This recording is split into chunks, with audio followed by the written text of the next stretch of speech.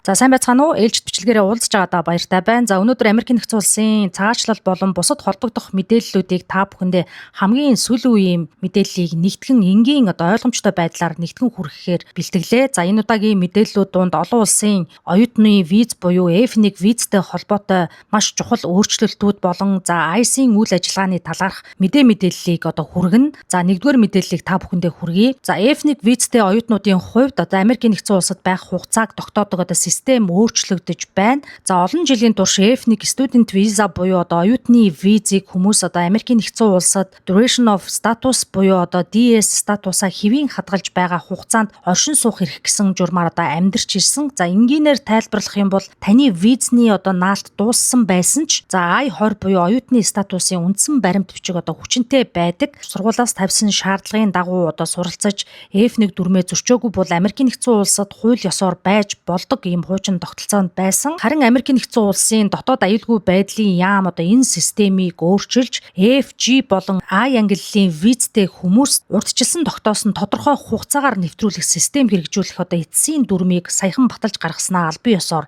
зарлалаа. За энэ нь юу гэсэн үг вэ гэвэл цаашдаа Америкийн нэгдсэн улсад шинээр орж ирэх оюутны I-94 буюу Америкийн нэгдсэн улсад нэвтэрсэн болон оршин суух хугацааг харуулдаг захин бүртгэл дээр за DS гэж бичгийн оронд тодорхой дуусах өдөр бичигдэж байна гэсэн үг. За жишээ нь таны сургалт 2 жил үргэлжилдэгч за I-94 дээр хуучин ямар нэгэн хугацаа байдаггүй байсан. За тэгвэл I-94 дээр 1 жилийн хугацаа өгсөн бол тэр хугацаа дуусахаас өмнө Америкийн нэгдсэн улсад байх хугацаагаа сунгах хүсэлт гаргах. За өмнөх системд бол оюутан дүрмээ зөрчөөгүй бол статус нь сургалтын хугацаатайгаа хамт үргэлжилдэг байсан. За харин шинэ системд баримт дээр бичсэн хугацааг тусад нь маш анхааралтай хянах хэрэгтэй болж байна.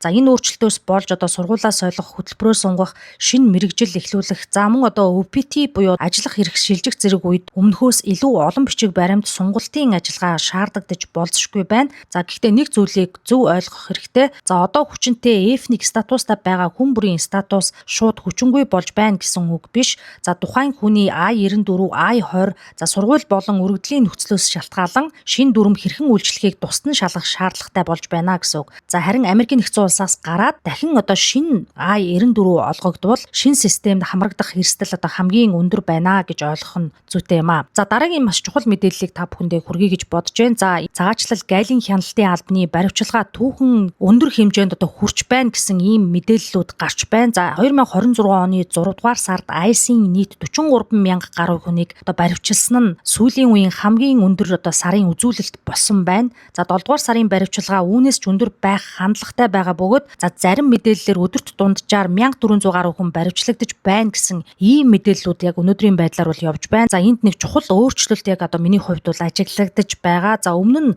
ICE-ийн ажиллагааг тайлбарлахдаа ноцтой гэмт хэрэг үйлдсэн хүмүүсийг баривчилж байна гэж голчлон ярьж за үүний дагуу мэдээлэлж байсан. За харин гэмт хэргийн ял шийтгэлгүй боловч за зөвхөн цагаачлалын дүрм зөрчсөн гэх хүндлэлтэй хүмүүсийн баривчилгаа мөн нэмэгдэж байгаа гэсэн ийм мэдээллүүд гарч байна. За ICE хүмүүсийг зөвхөн томоохон ил ажиллагаагаар бус гэр, ажлын байр, автомашины зогсоол, замын хөдөлгөөн, нисэх онгоцны буудал болон цагаачлалын байгууллагад тогтмол очиж бүртгүүлдэг үеэр нь баривчлах тохиолдол маш ихээр гарч байгаа гэсэн мэдээллүүд байна. Гэхдээ энд бас нэг зүйлийг зөв ойлгох хэрэгтэй. За ICE хууль ёсны статустай хүн бүрийг зүгээр л гадаадын иргэн гэдэг шалтгаанаар саатуулах, баривчлах бол ямар ч ирэхгүй. За гисэн хэдий ч хүний мэдээллийг шалгаж байх хугацаанд за саатуулах, за хуучин албатан гаргах шийдвэр илрэх, за эсвэл статусын зөрчил байгаа гэж үзэх эрсдэл боддоор бий. За үүн дээрээс тодруулж хэлбэл за статусын зөрчил гэдгийг хид хідэн янзаар хүмүүс тайлбарлаж за зарим тохиолдолд өрөөсгөл байдлаар ойлгодог. За статусын зөрчил гэж яг юуг хэлдэг юм бэ гэдгийг товчхон тайлбарлаж өгье. За статусын зөрчил гэдэг нь тухайн хүний Америкийн нэгдсэн улсад байгаа цагаачлалын ангилалд тавигдсан нөхцөлийг биелүүлэхгүй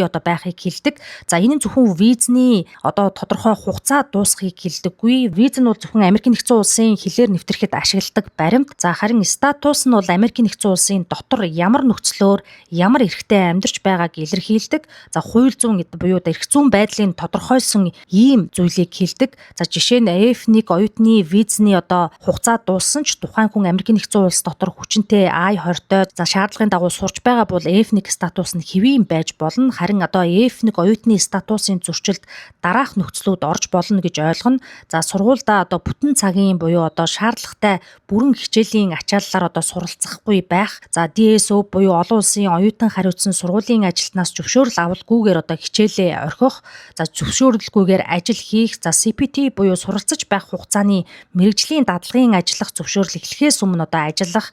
За OPT буюу төгсөлтийн дараах мэргэжлийн дадлагын ажиллах зөвшөөрөл батлагдаагүй. За EAD буюу одоо картын эхлэх хугацаа болоогүй байх үед одоо ажиллаж эхлэх. OPT буюу ажиллах хэрэгтэй байхдаа одоо өөрийн сурсан мэргэжилтэй огт холбоогүй ажил мэргэжлэр одоо ажил хийх. За OPT-ийн зөвшөөрөгдсөн ажилгүй байж болох өдрийн дээд хязгаараас бол хэтрэх. За мөн одоо сургуулаа зөв журмаар шилжүүлээгүй орхих. За I-20 дууссан байхад шаардлагатай сонголтыг одоо хугацаанд нь хийхгүй байх. За мөн визгүй одоо хугацаа хэтрүүлэхийг одоо overstay буюу зөвшөөрөгдсөн оршин суух хугацаа хэтрүүлэх гэдэг. За гэхдээ Америкийн нэгдсэн улсын иргэншлэл цагаачлалын албанд одоо хууль ёсны бөгөөд хугацаанд өгсөн өргөдлийн шийдвэрээ одоо хүлээж байгаа хүн бүрийг автоматар одоо статусын зөрчилтэй гэж үздэггүй. За тухайн хүний I-94, I-20 за service бүртгэл өргөдөл өгсөн огноо болон одоо ямар ангиллаар шийдвэр хүлээж байгаагаас хамаарч хууль зүйн байдал нь одоо өөр байдгаа гэсэн үг. За тиймээс өргөдөл хүлээгдэж байгаа учраас би заавал хууль ёсны статустай эсвэл өргөдөл хүлээгдэж байгаа учраас би за хууль ёсны статусгүй гэж аль алиныг нь одоо шууд ерөнхийлж болохгүй гэж ойлгож болно. За дараагийн маш чухал мэдээллийг та бүхэндээ хүргэе. За саяхан буюу 2026 оны 7 сарын 21-нд за холбооны шүүгч одоо зарим цагаачдын ажиллах зөвшөөрлийг хүчингүй болгох гэж байсан засгийн газрын ажиллагааг бол төр зогсоолоо.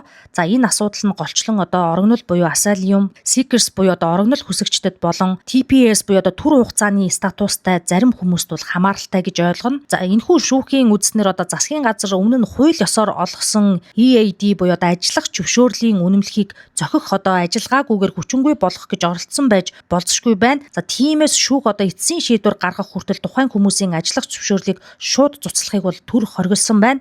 За гэхдээ энэ шийдвэрийг бүх төрлийн одоо EAD-д үйлчлэнэ гэж ойлгож болохгүй. Жишээ нь OPT-гийн EAD, гэр бүлийн өргөдөлд үндэслэн EAD, органлын EAD болон одоо TPS-ийн EAD-д одоо бүгдд нь өөрөөр хууль зүйн үндэслэлтэй гэж ойлгож болно. За тиймээс энэхүү шүүхийн шийдвэр бүх ажиллах зөвшөөрөл эзэмшигчийг автоматар хамгаалсан гэсэн үг бол биш юм аа. За дараагийн маш чухал мэдээллийг та бүхэнд хүргэе. ICE буюу одоо Америкийн нэгдсэн улсын хил гайлын хяналтын алба хүнийг за хэдий хугацаагаар одоо шүүх хуралгүй хорж болох вэ гэсэн ийм одоо маргаан явж байгаа. За Америкийн нэгдсэн улсад цагаачлалын асуудлаар баримтлагдсан зарим хүн хэдэн сар за заримдаа үүнээс ч удаан хугацаагаар хоригддог. За шүүхийн маргаан нь ICE одоо хүнийг 90 хоногоос удаан хугацаанд хорсон тохиолдолд за барьцаагаар суллах эсхийг одоо шийдэх шүүх хурал олох ёстой юу гэдэг ийм асуудал дээр өрнөж байна. За давзаалтах шатны шүүхийн өмнөх шийдвэрээр 90 хоногоос удаан хугацаагаар хоригдсон хүн за цагаачлалын шүүгчээс барьцаагаар суллуулах одоо хүсэлт гаргах боломжтой гэж үзсэн. За гэвч одоо уг шийдвэрийг давзаалтах шатны бүх шүүгчдийн бүрэлдэхүүнээр дахин хэлэлцгээр болсон. За тиймээс 90 хоног хоригдсон хүн автоматар суллагдана гэсэн үг биш. За харин одоо 90 хоногоос удаан хугацаагаар хоригдсон хүн барьцаагаар суллагдах хүсэлтэд шүүгчд тавих за боломж өгөх ёстой эсхийг шүүх одоо хүртэл одоо хэлэлцэж байна гэж ойлгож болно. За тэгээ эцэст нь одоо энэхүү мэдээллийг дүгнээд хэлэхэд за Америк нэгдсэн улсын цагаачлалын бодлого бол өдрөөс өдөрт бол маш урт цэцтэй өөрчлөгдөж байгаа.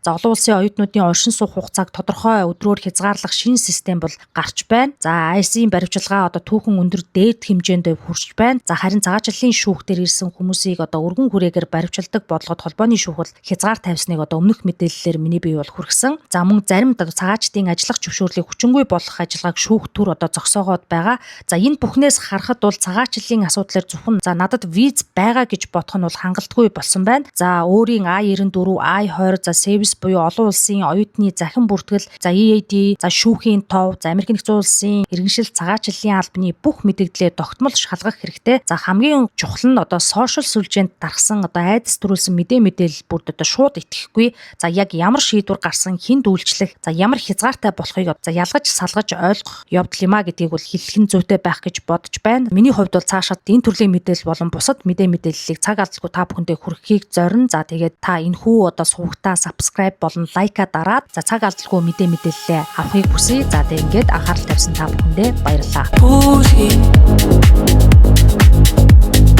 Lego voice. Turn up. Make a choice. They said stay quiet. Keep your colors in the lines.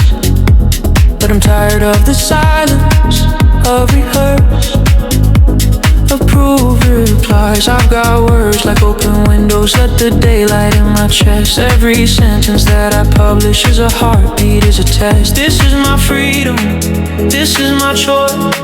Speaking my truth as bougie legal voice. I won't be faded, I won't avoid living my rights as bougie legal voice.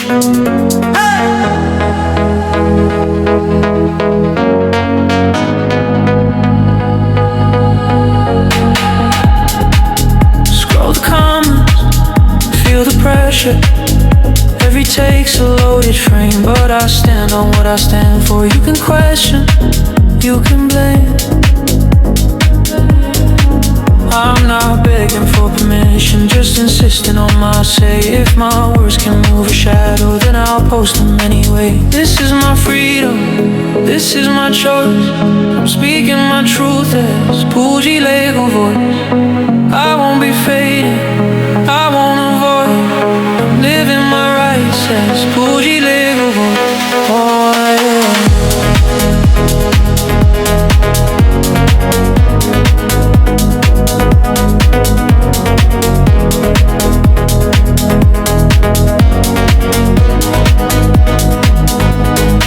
Say it louder, say it clear.